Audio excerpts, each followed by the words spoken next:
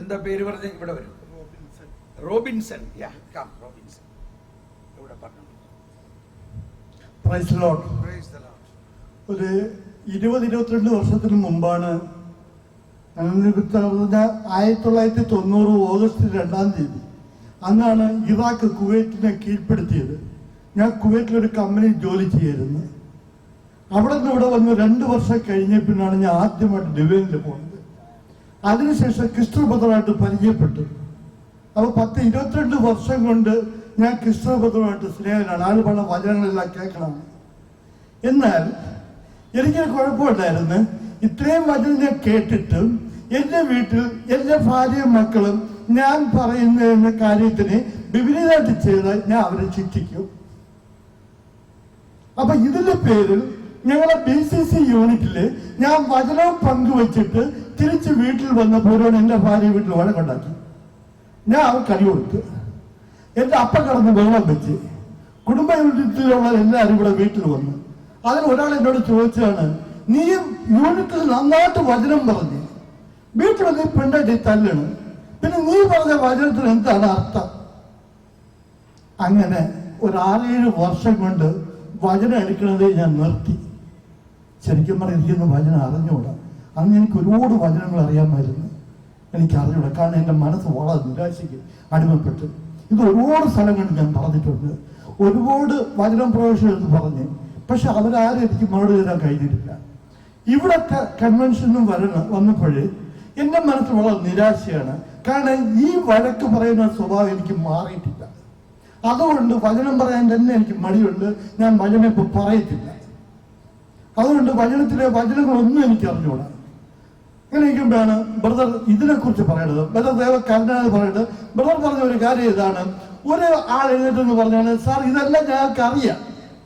ഞങ്ങൾ വിശുദ്ധ കുർബാന സ്വീകരിച്ചുകൊണ്ട് തിരികെ വീട്ടിലേക്ക് പോകുമ്പോൾ ഈ കരുണയെല്ലാം ഞങ്ങൾ മറന്ന് ഞങ്ങൾ പൊട്ടിത്തെറിക്കുന്നുണ്ട്. അതിന് ബ്രദർ പറഞ്ഞ ഒരു ഇതാണ് നമ്മളിപ്പോഴും പരിശീലന മനോഭാവം. എന്നെ അത് ഭയങ്കരമായിട്ട് സ്പർശിച്ചു. എനിക്ക് വളരെ സന്തോഷം തോന്നി.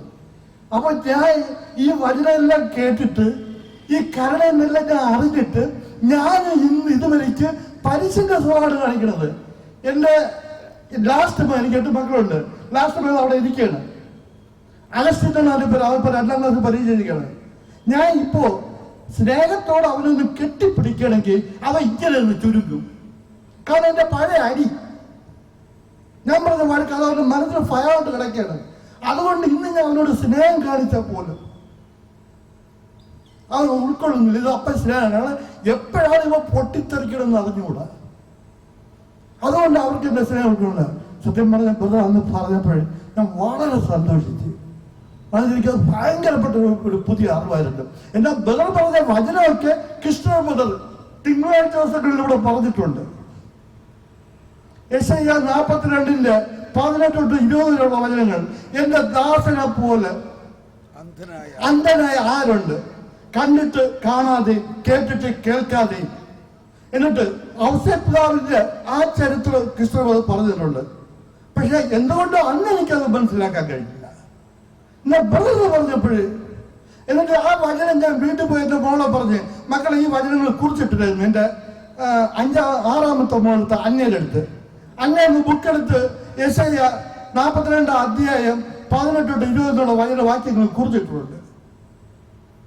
പക്ഷെ അന്നൊന്നും എനിക്ക് ഇത്രയും കുറച്ചൊക്കെ മനസ്സിലായി. പക്ഷെ ഇത്രയും ഇതില്ലായിരുന്നു. ഇതൊരു വലിയതാണ്.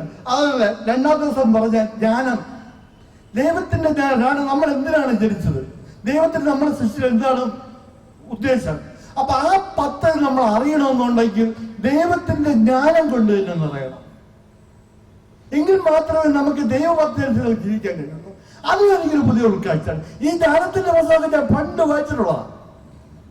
കാരണം ഒരു 18-19 വർഷത്തിന് മുമ്പ് ഈ ബ്രദർ തന്നെ തിരുവനന്തപുരത്ത്, സ്ഥലത്തിന്റെ പേര് എനിക്ക് ഓർമ്മയില്ല, അവിടെ സ്കൂളിൽ വെച്ചിട്ട് ജീവിത നവികൾ അല്ലെങ്കിൽ ജീവിത വിശുദ്ധികൾ കൊണ്ട് ധ്യാനം നയിച്ചിട്ടുണ്ട് 5 ദിവസം.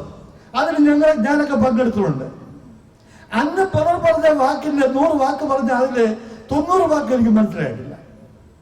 അതേ വാക്ക് ബ്രദർ ഇന്നലെ പറഞ്ഞ് നമ്മളെ ജീവിത നവീകരണത്തെ കുറിച്ച് അല്ലെങ്കിൽ സന്തതികളെ. അപ്പൊ ഇന്നലെ പറഞ്ഞപ്പോഴാണ് എനിക്ക് അന്നത്തെ കാര്യം ഓർമ്മ വരുന്നത്. പക്ഷെ എനിക്കത് പൂർണ്ണ മൺമൽ അങ്ങനെ നന്ദി. ദൈവം നമുക്ക് ഇല്ല. വേറൊരു കാര്യം ഇവിടെ ഒരു 2 വാക്ക് നന്ദിയുടെ വാക്ക് പറഞ്ഞിട്ട്, എനിക്ക് തോന്നുന്നു 1994 ബ്രദർ ഫ്രാൻസിസ് കുറുക്കംകുന്നിൽ നിന്നുള്ള പ്രചോദനം കൊണ്ടാണ് ക്രിസ്റ്റർ ബ്രദർ ഇവിടെ വീനറ്റ് എന്ന് പറഞ്ഞുകൊണ്ട് ഒരു പ്രാർത്ഥന കൂട്ടായ്മ തുടങ്ങുന്നത്. അന്ന് ഞാൻ ആത്മീയ ജീവിതത്തില് പിച്ചോല് നടക്കാത്ത മുട്ടിലെഴുതുന്ന ഒരു പ്രായം എന്ന് പറയും. ആ പ്രാർത്ഥന കൂട്ടായ്മ എന്നെ സേവിയറാണ് വിളിച്ചത്. ഫിനിഷ് ട്യൂട്ടോറിയൽ വെച്ചിട്ടാണ് അത് കൂടിയത്. സ്വയം വിശുദ്ധീകരണത്തിനും ലോകത്തിന്റെ മധ്യസ്ഥത്തിനും വേണ്ടി പ്രാർത്ഥിക്കാൻ വേണ്ടി അന്ന് അവിടെ കൂടിയത്. അങ്ങോട്ട് ഇന്നേക്ക് ഞങ്ങളുണ്ട്, ഇടയ്ക്കൊക്കെ ഞാൻ വിട്ടുപോയിട്ടുണ്ട്, എങ്കിലും വീണ്ടും വന്നു ചേരും. അപ്പൊ അന്ന് അവിടെ തുടങ്ങിയത് ഇതിൽ പറഞ്ഞു കൊടുത്ത ബ്രദർ ഫ്രാൻസിസ് കുറുക്കംകുന്ന്. പക്ഷെ ഇപ്പൊ അവരെ എവിടെയാണെന്ന് ഞങ്ങൾക്ക് അറിഞ്ഞൂടാ. അന്ന് കൃഷ്ണമതന്റെ കൂടെ നിന്ന് എല്ലാ വ്യക്തികളും ഇല്ല, ഇപ്പൊ പുതിയ ആൾക്കാരെ. പക്ഷെ അന്ന് തൊട്ട് ഇതുവരയ്ക്കും അതിനെ പിടിച്ചുകൊണ്ടുപോകാൻ ബ്രദർ നമ്മളെ കൃഷ്ണപദ അനുഭവിച്ച ബുദ്ധിമുട്ട്, സാമ്പത്തികവും ആരോഗ്യവും സമയവും കൊടുത്ത് അയാളെ ഇത്രയും കാലം വളർത്തി.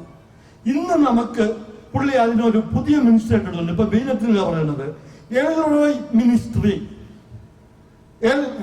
മിനിസ്ട്രി എന്ന് പുള്ളി ഇപ്പൊ അതിന്റെ പേരിട്ടുണ്ട്. അപ്പൊ അതിന്റെ ഇതായിട്ടാണ് ഈ 16ാമത്തെ കൺവെൻഷൻ ഇവിടെ നടക്കുന്നത്. അന്ന് ഫ്രാൻസിസ് കുറുക്കംകുന്നിൽ പറഞ്ഞു കൊടുത്തതിന്റെ വാക്ക് കേട്ട് ഇങ്ങനെ ഒരു പ്രാർത്ഥന കൂട്ടാൻ തട്ടിക്കൂട്ടി അതിനെതിരെ വളർത്തി ഈ 16ാമത്തെ കൺവെൻഷന് നമുക്ക് ബ്രദർ തോമസ് പോളിന് ഇവിടെ കിട്ടുകയും ചെയ്തത് കൊണ്ടാണ് നമുക്ക് ഇന്ന് ഈ കാര്യങ്ങൾ മനസ്സിലാക്കാൻ കഴിഞ്ഞത്. അപ്പൊ ആദ്യം ബ്രദർ ഫ്രാൻസിസ് കുറുക്കംകുന്നിൽ നന്ദി പറയണം. രണ്ടാമത് അയാളെ വാക്ക് കേട്ട് പ്രചോദനം കൊണ്ട് ഈ പ്രാർത്ഥനകളോടെ രൂപപ്പെടുത്തിയ ക്രിസ്തുവർണം അവരുടെ കുടുംബത്തിനും, പിന്നെ അവരെ കൂടെ അന്ന് ക്രിസ്തുവർണത്തിന്റെ കൂടെ നിന്ന ആൾക്കാർ ഇന്നവരില്ലെങ്കിലും അവരൊക്കെ അന്ന് കണ്ണുമായിട്ട് അധ്വാനിച്ചിട്ടുണ്ട്. സേവിയർ, നേശമണി, ഇങ്ങനെയൊക്കെ ഉള്ളവര്. അപ്പൊ അതിന് നന്ദി പറയണം. അങ്ങനെയാണ് നമുക്ക് ഇന്നിപ്പോ ഈ വചനം കേൾക്കാൻ കിട്ടും. ഇതിനെല്ലാത്തിനും നന്ദി പറഞ്ഞുകൊണ്ട് ഞാൻ എന്റെ വാക്കുകൾ നിർത്തുന്നുണ്ട്. Praise the Lord.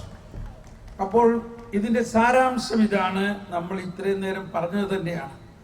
നമ്മൾ ഇത്രയും വലിയ കുടുംബങ്ങളെല്ലാം നയിക്കുമ്പോൾ നമ്മളെ ദൈവം സഹായിക്കും. ദൈവം സഹായിക്കുന്നത് പ്രധാനമായിട്ട് എന്താ? നമ്മിലുള്ള ഫരിസേയ മനോഭാവത്തെ ഉരിഞ്ഞു മാറ്റണം. അതത്ര എളുപ്പമൊന്നുമല്ല കേട്ടോ. വിശുദ്ധന്മാര് പറയണത് തൊലി ഉലിയണ മാതിരി ഉരിഞ്ഞാലേ അത് പോവുള്ളൂ എന്നാ പറയണത്. കാരണം അതുപോലെ അത് നമ്മളുടെ ജീവിതവുമായിട്ട് ചെറുപ്പം മുതലേ ഇങ്ങനെ പറ്റിപ്പിടിച്ചിരിക്കുക. എന്നാൽ പരിശുദ്ധാത്മാവിനെ ഏറ്റവും വലിയ ഫരിസേയനായ ശൗലിനെ 3 ദിവസം കൊണ്ട് മാറ്റിമറിച്ച ക്രിസ്തുവിന്റെ ഇത്രയും വീരനായ ഒരു അപ്പസ്തോലനാക്കാമെങ്കിൽ പരിശുദ്ധാത്മാവിന് എന്താ ചെയ്യാൻ സാധിക്കാത്തത്? Praise the Lord. അപ്പോൾ അപ്പസ്തോലനായ പൗലോസ് ആരായിരുന്നു?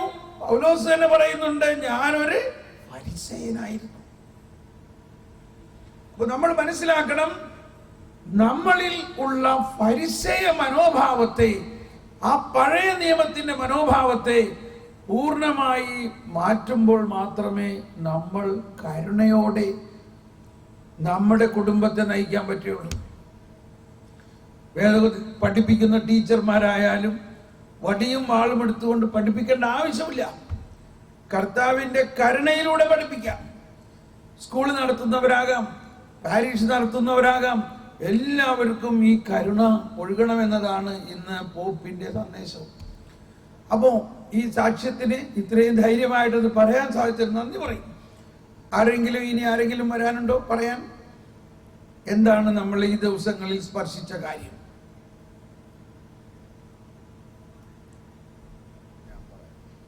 ഇതാ ക്രിസ്തു തന്നെ പറയാൻ പറ്റുമോ? Praise the Lord. ഹല്ലേലൂയ. പ്രിയപ്പെട്ടവരെ, 17 വർഷമായി കർത്താവിൻ്റെ വചനം പല സ്ഥലത്തും കർത്താവ് അത് പറയാനായിട്ട് അയക്കാറുണ്ട്. ഇപ്പം ഇന്നലത്തെ ദിവസം, ഇതിനു മുമ്പ് പറഞ്ഞ പല കാര്യങ്ങളും ബ്രദറിൻ്റെ 2 ധ്യാനം ഞാൻ നേരത്തെ കൂടിയിട്ടുണ്ട്. അങ്ങനെ ചില ബോധ്യങ്ങളുണ്ട്. എന്നാൽ ഇന്നലെ ബ്രദർ പറഞ്ഞ യോഹന്നാന്റെ സുവിശേഷത്തിലെ ഓരോ അധ്യായങ്ങളിലെയും ഓരോ സംഭവങ്ങൾ പറഞ്ഞ സംഭവങ്ങൾ അതൊരു പുതിയ സൃഷ്ടിയായി മാറുന്നു എന്ന് പറഞ്ഞ അനുഭവം ഏറെ പുതുമ നിറഞ്ഞതും ആദ്യമായിട്ടാണ് അങ്ങനെ ഒരു ചിന്ത കടന്നു വരുന്നത്. ആ ഭാഗങ്ങളൊക്കെ ബ്രദർ പറഞ്ഞതുപോലെ വായിക്കുകയും ധ്യാനിക്കുകയും പ്രഘോഷിക്കുകയും ചെയ്തിട്ടുള്ള ഭാഗങ്ങളാണ്.